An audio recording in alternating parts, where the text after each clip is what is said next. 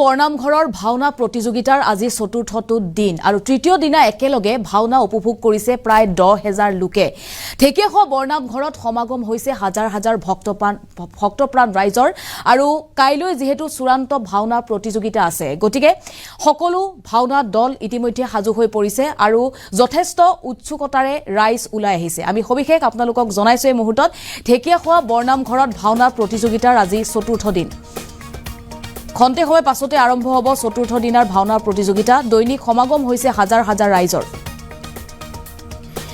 তৃতীয়টো দিনা একেলগে প্ৰায় 10,000 লোকে উপভোগ কৰিছে ভাওনা প্ৰতিযোগিতা অব্যাহত আছে। পূৰ্ণ উদ্যমেৰে চলি আছে ভাওনা প্ৰতিযোগিতা। অসম লাইভ 24 আৰু NRD গ্ৰুপৰ উদ্যোগত 5 দিনীয়াকৈ যেহেতু অনুষ্ঠিত হৈছে ভাওনা প্ৰতিযোগিতাত প্ৰতিদিনে প্ৰদৰ্শন কৰা হৈছে দুখনকৈ ভাওনা। আজি বিয়লি 4 বজাৰ পৰা নিশা 8 বজালৈ প্ৰথম দৰ্শনী আৰু ইয়াৰ পাছতে আৰম্ভ হ'ব দ্বিতীয় দৰ্শনী। প্ৰথম দৰ্শনীত গোলাঘাট আদৰ্শ সাংস্কৃতিক গোষ্ঠীয়ে পৰিৱেশন কৰিব কৰ্ণৰ একাগ্নি বাণ। ঘটোৎকচৰ আত্ম বলিদান নাটভাগীৰ প্ৰতিযোগিতা অনুষ্ঠিত হ'ব প্ৰথম দৰ্শনীত। লগতে দ্বিতীয় দৰ্শনী নিশা 8:30 বজাৰ পৰা 12:30 বজালৈ চলিব। যোৰহাটৰ শ্যামকানু শিল্পী সমাজৰ উপস্থাপনত কুলাচলৰ মুক্তিলাভ নাট লগতে অসম লাইভ 24ৰ CMD নৃপেন দাসকো ধন্যবাদ জনাইছে ভক্তপ্ৰাণ ৰাইজে। ঢেকীয়াখোৱা বৰনামঘৰত 5 দিনীয়াকৈ অসম লাইভ 24 আৰু NRD গ্ৰুপৰ CMD নৃপেন দাসৰ উদ্যোগত তথা অসম লাইভ 24 আৰু NRD গ্ৰুপৰ উদ্যোগত অনুষ্ঠিত হৈছে 5 দিনীয়া ভাওনা সমাৰোহ ভাওনা প্ৰতিযোগিতা আৰু সেই ভাওনা প্ৰতিযোগিতাত অংশগ্ৰহণ কৰিছে বহুকেইটা দলে। আজি চতুৰ্থ দিনাৰ ভাওনা প্ৰতিযোগিতা আমি দৃশ্যাংশসমূহ দেখুৱাম। ইতিমধ্যে কালিৰ দিনটোত তৃতীয় দিনাৰ ভাওনা প্ৰতিযোগিতাত প্ৰায় একেলগে 10,000 লোকে ভাওনা উপভোগ কৰিছে বুলি জানিব পৰা গৈছে। হাজাৰ হাজাৰ লোকৰ সোঁত বৈছে। আমি দৃশ্যাংশ দেখুৱাইছোঁ ভাওনা প্ৰতিযোগিতাৰ দৃশ্যাংশ আমি আপোনালোকক দেখুৱাইছোঁ। ঢেকীয়াখোৱা বৰনামঘৰত এয়া অসম লাইভ 24 আৰু NRD গ্ৰুপৰ এক বিশাল আয়োজন।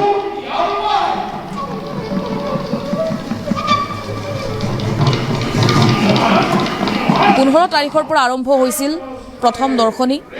বিয়লি 4 বজাৰ পৰা নিশা 8 বজালৈ প্ৰথম দৰ্শনী চলিছিল আৰু প্ৰথম দৰ্শনীত যথেষ্ট ৰাইজে সঁহাৰি জনাইছিল। তাৰ পাছতে আৰম্ভ হৈছিল দ্বিতীয় দৰ্শনী। কালিৰ দিনটোত তৃতীয় দৰ্শনী আছিল আৰু তৃতীয় দৰ্শনীত ওলাই আহিছিল নিশা হাজাৰ হাজাৰ ৰাইজ। আমি তৃতীয় দৰ্শনীৰ কিছু দৃশ্যাংশ আপোনালোকক দেখুৱাইছোঁ। আজি চতুৰ্থ দৰ্শনী যিহেতু তৃতীয় দৰ্শনীত পৰিৱেশন হৈছিল শংখধ্বজৰ কৃষ্ণ দৰ্শন আৰু সুধন্যাৰ মুক্তিলাভ নাট পৰিৱেশন কৰিছিল গোপালদেৱ সমন্বয় শিল্পী সমাজ আৰু লাহদৈগড় যোৰহাটৰ পৰা তেওঁলোকে গোপালদেৱ সমন্বয় শিল্পী সমাজে নাট পৰিৱেশন কৰিছিল। দ্বিতীয় দৰ্শনীত হৈছিল অম্বাৰ দেহত্যাগ নৱ অংকুৰ শিল্পী সমাজে পৰিৱেশন কৰিছিল যোৰহাটৰ। আৰু আজি চতুৰ্থটো দিন আৰু চতুৰ্থ দিনৰ প্ৰথম দৰ্শনীত বিয়লি 4 বজাৰ পৰা প্ৰথম দৰ্শনী আৰম্ভ হ'ব। কৰ্ণৰ একাগ্নি বাণ আৰু ঘটোৎকচৰ আত্ম বলিদান আদৰ্শ গোলাঘাটৰ বেটিয়নি গোলাঘাট সাংস্কৃতিক গোষ্ঠীয়ে পৰিৱেশন কৰিব এই নাট। দ্বিতীয় দৰ্শনী নিশা 8:30 বজাৰ পৰা 12:30 বজালৈ চলিব। কুলাচলৰ মুক্তিলাভ শ্যামকানু শিল্পী সমাজ যোৰহাটৰ শ্যামকানু শিল্পী সমাজে পৰিৱেশন কৰিব নাট। এই মুহূৰ্তত আমাৰ হাতত মন্তব্য আছে, মন্তব্য শুনক। এই পবিত্ৰ তীৰ্থক্ষেত্ৰত অসম লাইভ 24 NRD গ্ৰুপৰ স্বত্বাধিকাৰ CMD আমাৰ শ্ৰদ্ধাৰ নৃপেন দাস ডাঙৰীয়াই যিটো মহৎ কৰ্ম, এই মহৎ কৰ্ম 5 দিনীয়াকৈ 10খন ভাওনা অনুষ্ঠিত কৰিছিল। আজি আমাৰ চতুৰ্থ দিনা, আজিও 2খন ভাওনা আছে। পুৱা 4 আমাৰ নাম কীৰ্তন হয়, তাৰপৰা দুপৰ নাম হয়, আকৌ গধূলি নাম হয়। তেনেধৰণে আমাৰ প্ৰাৰম্ভিক আধ্যাত্মিক এই আমাৰ নামেৰে আৰু ভাগৱত পাঠেৰে আমি শুভাৰম্ভ কৰোঁ। তাৰপিছত আমি গায়ন বায়নেৰে যি নাটকৰ আদৰণি অনুষ্ঠান আমি কৰোঁ, ভাওনা দলক আদৰ অনুষ্ঠান কৰোঁ আৰু লগতে আমি প্ৰভু ভগৱন্তৰ চৰণত সেৱা জনাই এটাকেইটা দিনৰ কাৰণে কুশলে মংগলে অপয় মংগল নোহোৱাকৈ যাতে আমাৰ সুন্দৰকৈ যাতে কোনো কাৰণতে ভক্তপ্ৰাণ ৰাইজে ভাওনা দৰ্শন কৰিবলৈ আহি অসুবিধা নাপায় তাৰ প্ৰতি আমি লক্ষ্য ৰাখি আমাৰ CMDজনৰ সহযোগত আমি কাম কৰি আছোঁ। তেখেতৰ দলে কাম কৰি আছে, ঢেকীয়াখোৱা বাকী ৰাইজে কৰি আছে, সমিতিয়ে কৰি আছে। ইয়াত লোকাৰণ্য হ'ব আৰু অধিক পিছতেই আৰু এটা দিন আছে, এটা দিনৰ পিছতে আমাৰ ভাওনাৰ কাৰ্যসূচী সামৰণি পৰিব। আজি আৰু কাইলৈ আমাৰ মুঠ 10খন ভাওনা হ'ব। বিজয়ী দল আমাৰ 3টা থাকিব আৰু একক থাকিব। আমি চিএমডিজনক আশীৰ্বাদ কৰিছোঁ যে এখন ভাওনা, মই বাৰম্বাৰ কৈ আছোঁ যে 7টা বৰসভা সাৰ 10খন ভাওনা, প্ৰভু ভগৱন্তই তেখেতক কৃপা কৰক, তেখেতৰ পৰিয়ালবৰ্গক কৃপা কৰক আৰু তেখেতৰ কৰ্মকৰ্তাসকলক আৰু তেখেতৰ চেনেল বিশ্ব দৰবাৰত বিয়পি পৰক। আৰু আমি আশীৰ্বাদ কৰি আছোঁ। সকলোৰে পৰা সহায় সহযোগ বিচাৰিছোঁ। সকলো আহক, অসমীয়া জাতি আমি আৰু গুৰুজনে প্ৰতিষ্ঠা কৰি থৈ যোৱা, আমি যে কওঁ যে শংকৰদেৱক বা শংকৰদেৱৰ কলাকৃষি বিশ্ব দৰবাৰলৈ আমি নিব লাগে, ঠিক তেনেধৰণে আমাৰ এই চিএমডি ডাঙৰীয়াই এনেধৰণে প্ৰয়াস কৰিছে।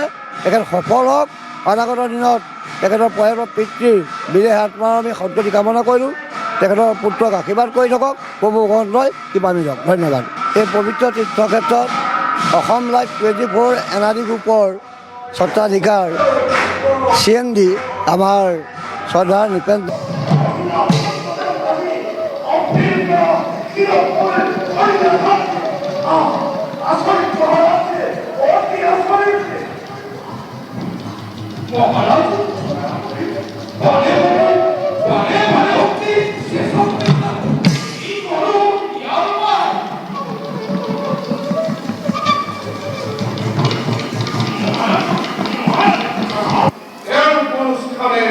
মৃত্যু হয় না।